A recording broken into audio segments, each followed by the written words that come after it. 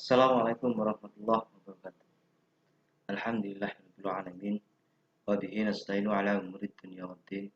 Wassalatu wassalamu ala asrofil anbiya'i wal mursalin sayyidina wa maulana Muhammadin wa ala alihi washabihi ajma'in. Rabbi shrah li sadri wa yassir li amri wahlul 'uqdatam min lisani yafqahu qawli amma ba'du. Anak-anakku yang dimuliakan Allah dimanapun kalian berada, mari kita berdoa dulu sebelum kita melanjutkan materi yang kemarin tertunda, yaitu di bab 1 di bagian 2. Mari kita baca suratul Fatihah dengan harapan mudah-mudahan pembelajaran hari ini bisa berjalan dengan lancar dan membawa kebaikan bagi kita semua. Ini yang manfaat. Amin ya rabbal alamin. Al-Fatihah.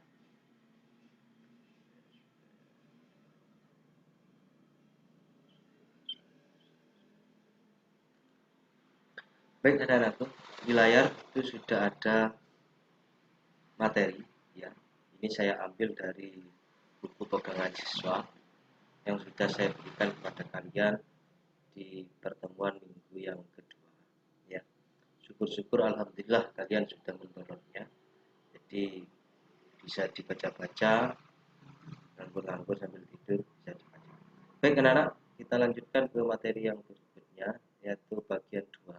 Kalau kemarin kita membahas terkait dengan husnudzon, hari ini kita akan membahas selanjutnya, yaitu menerapkan perilaku kontrol diri atau bisa disebut dengan mujahadah an-nafas dan prasangka baik atau husnudzon untuk meraih hidup dan bahagia. Husnudzon dan kontrol diri atau mujahadah an-nafas ini selalu berkaitan, tidak bisa dilepaskan karena ada alurnya. Begitu juga ke nanti yang ketiga, yaitu ukhwah, itu selalu berangkaian. Nah, kontrol diri dapat dilakukan dengan beberapa cara. Cara yang pertama untuk mengontrol diri ini yang berkaitan dengan emosi, hawa nafsu, ini kontrol diri. Iya, ini yang berkaitan, yang harus kita kontrol. Yang perlu diketahui dulu kontrol diri itu seperti itu. Berkaitan hawa nafsu, ya, hati, ya, keinginan, itu hawa nafsu. Yang pertama yaitu menghindari dan menjauhi perbuatan dosa dan maksiat. Nah, kenapa kok kita harus menghindari? Karena kalau kemarin sudah saya jelaskan, perbuatan maksiat atau dosa itu akan berdampak negatif kepada kita. Contohnya, mencuri itu adalah perbuatan dosa. Zina itu juga perbuatan dosa. Dampaknya negatif pasti. Mencuri dampaknya kenapa? Kemana? Pasti kalau ketahuan diproses akan dihukum. Nah, berapa tahun sudah? Ya, kasus pidana sudah, pencurian atau penyolongan. Nah, itu. Zina juga begitu, hukumannya sangat berat. Ini adalah perbuatan dosa. Ya, salah satu dosa besar adalah zina. Begitu juga sebaliknya, kalau perbuatan baik, ya pasti akan menimbulkan sesuatu yang positif. Pasti itu sudah. Salah satunya kita berbuat baik kepada orang, atau berbuat baik, ada teman kita membutuhkan bantuan kita, itu akan berdampak positif. Positifnya apa? Pahala. Itu. Orang yang selalu menebarkan kebaikan, ya sama Allah akan dijamin dengan surganya dan pahala. Ini dampak dari perbuatan baik. Cara yang kedua yaitu mengarahkan seluruh aktivitas hidup untuk meraih ridha Allah. Nah, diminta pertanggungjawaban tadi itu ya. Segala sesuatu yang kita lakukan di dunia ini, sekecil apapun, nanti akan diminta pertanggungjawabnya oleh Allah. Sekecil apapun. Sekecil biji sawi. Tahu biji sawi? Kalau nggak tahu silakan beli ke pasar dan lihat biji sawinya. Seperti itu. Perbuatan sekecil itu akan diminta pertanggungjawabannya. Baik itu perbuatan baik, baik itu perbuatan buruk, ada tanggung jawabnya. Ya, termasuk saya nanti, ya diminta pertanggungjawabannya. Awakmu biar mulang dah, awakmu ngajar dah.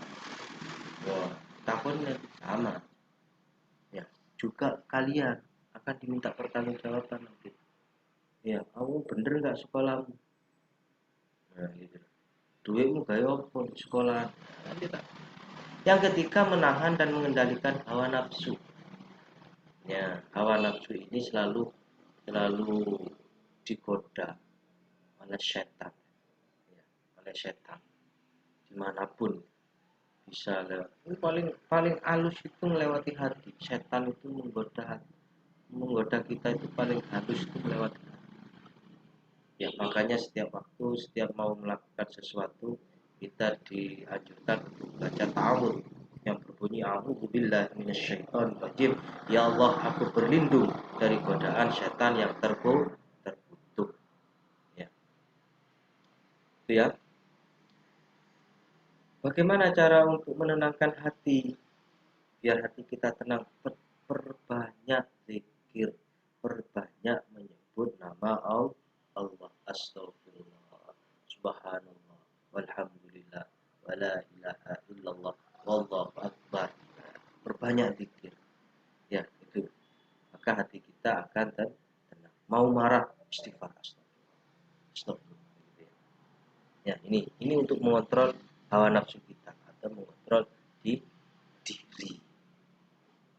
Sedangkan husnudzon kepada Allah dapat dilakukan dengan 3 cara, tiga sikap, yaitu yang pertama, selalu yakin bahwa Allah akan senantiasa memberi yang terbaik bagi hambanya. Allah itu akan selalu memberi sesuatu yang terbaik bagi kita.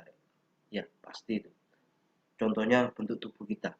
Ya, sebagus-bagusnya makhluk Allah, ciptaan Allah yang paling bagus yaitu manusia ketimbang hewan yang lain. Coba bandingkan dengan hewan kita, kalah hewan, lebih bagus kita. Yang kedua, sikap yang kedua, selalu mensyukuri nikmat Allah. Rasa syukur dapat diungkapkan dengan ucapan alhamdulillah. Jangan apa ya, jangan kikir lah ya, kita harus terbiasa bersyukur.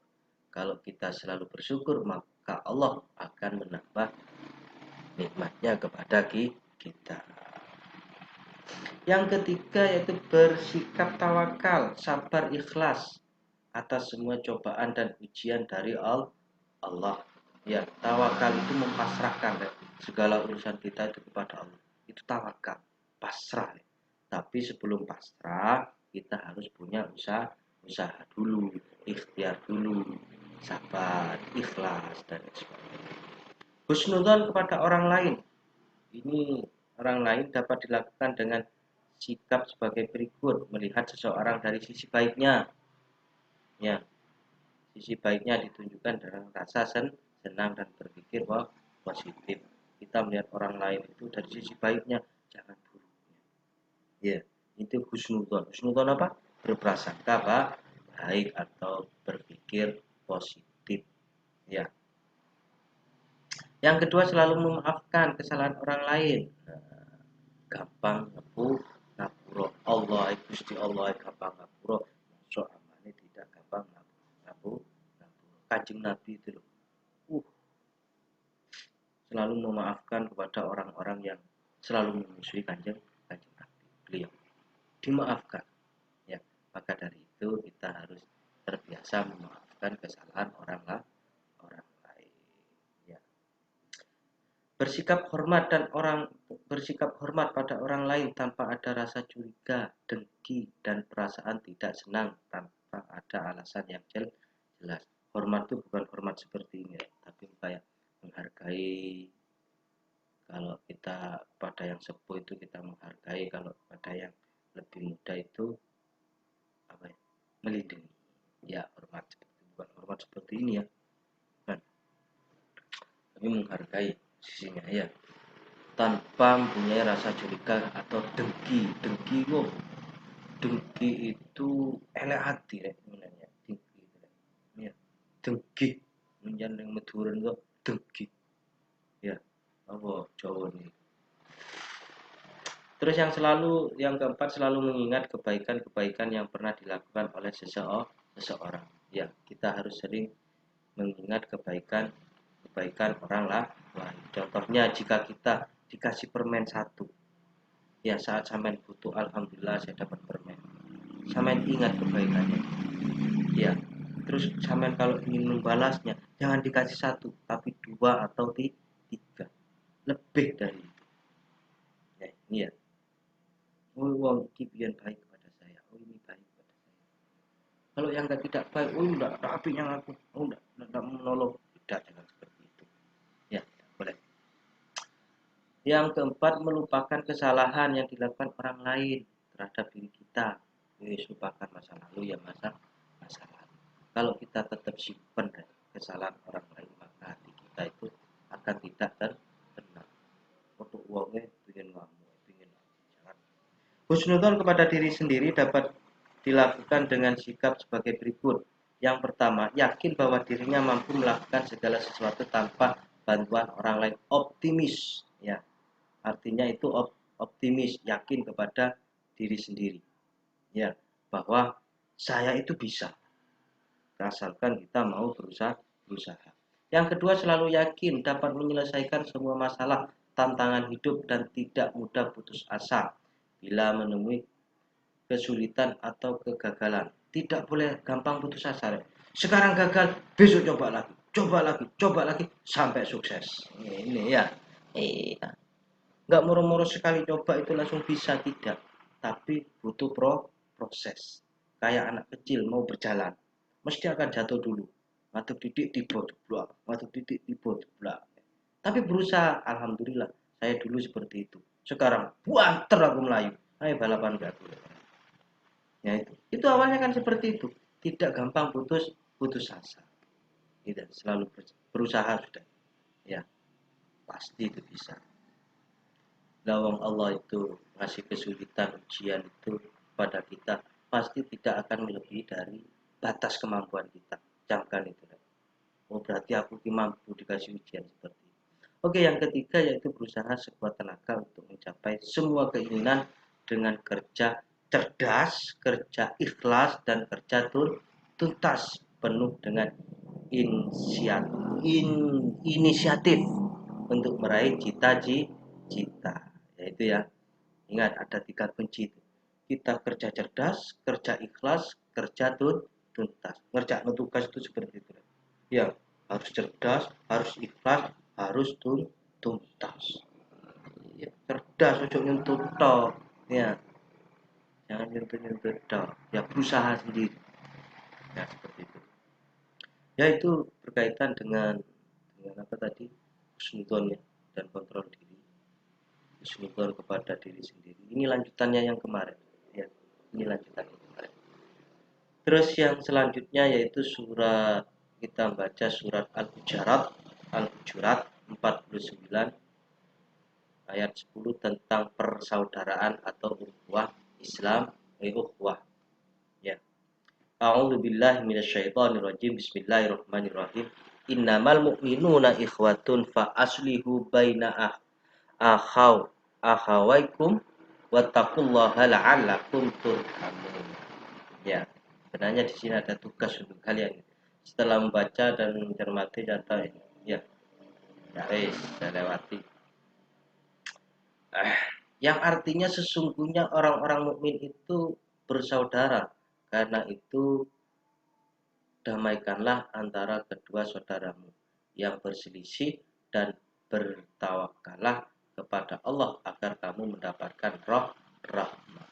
Surat Al-Hujurat 49 atau ayat 10. Oke, demikian anak-anak, kita lanjutkan ini pertemuan yang kita lanjutkan pembahasan ini, yaitu terkait dengan ukhuwah di pertemuan berikutnya. Ya. Jika ada pertanyaan berkaitan dengan kontrol diri atau husnudzon, silakan jangan sungkan-sungkan japri Pak Angga. Kalau Pak Angga bisa akan saya jawab, kalau Pak Angga nggak bisa maka akan saya cari jawabannya atau belajar lagi. Demikian ya. Kita ketemu di pertemuan berikutnya nanti. Oke, mudah-mudahan pembelajaran hari ini bisa membawa manfaat bagi kita semua, ya, khususnya bagi kalian, ya, dan saya sendiri. tetap jaga kesehatan, tetap